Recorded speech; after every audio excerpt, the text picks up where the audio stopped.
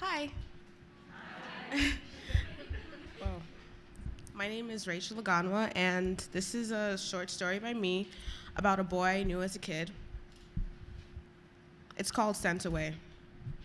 Wow, okay. I used to be friends with a boy named Aaron. He was quite interesting and captured my attention from the minute my friend pointed him out to me. He was small for his age, at least a half a head shorter than the rest of the kids, so it was almost surprising when I realized he was actually a year older than me. We used to play in the yards of our houses, simple games like tag and hopscotch, and I never saw anything wrong until he started coming outside less and less.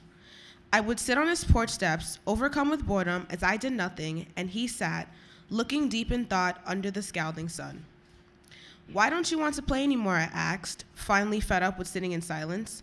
"My friends told me not to," he answered, still deep in thought as he drew a pattern in the dirt beside him. The word friends confused me at the time, since I was the only friends he had on the block. "What friends?" "My imaginary ones," he answered. I didn't understand what he meant that day, and I was even more confused at the end of summer when I saw his family with moving trucks outside their house, but he was not with them. I remember asking my aunt what happened to Aaron, and she made the cuckoo sign with her finger and said that he got sent away. Sent away was a term for being institutionalized, and later on, when I was older, my mother told me that Aaron had mild schizophrenia. I didn't truly understand what that meant until last year, when my English teacher assigned us the book One Flew Over the Cuckoo's Nest by Ken Kesey to read. Reading that book changed my outlook on life, but more importantly, it changed my view on crazy Aaron.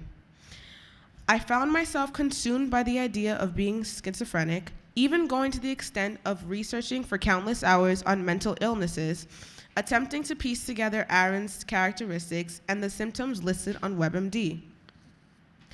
I always asked myself this question: how could Aaron be regarded as crazy? He was just a little kid I used to play with down the block. He didn't act like those hollering old men in the subway that my mom warned me about, nor did he act like the villains in my favorite superhero movies, those psychotic madmen that would endlessly chase the hero.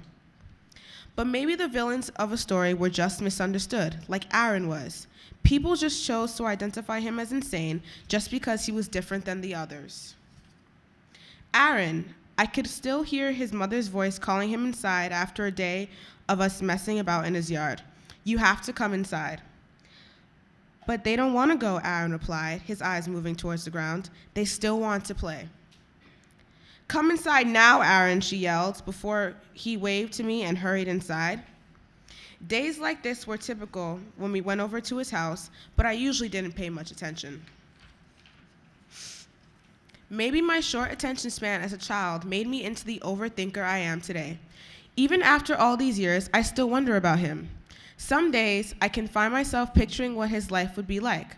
I imagine him being stuck in an institution with nothing ahead in his life except the gray walls of a building and a handful of pills every morning.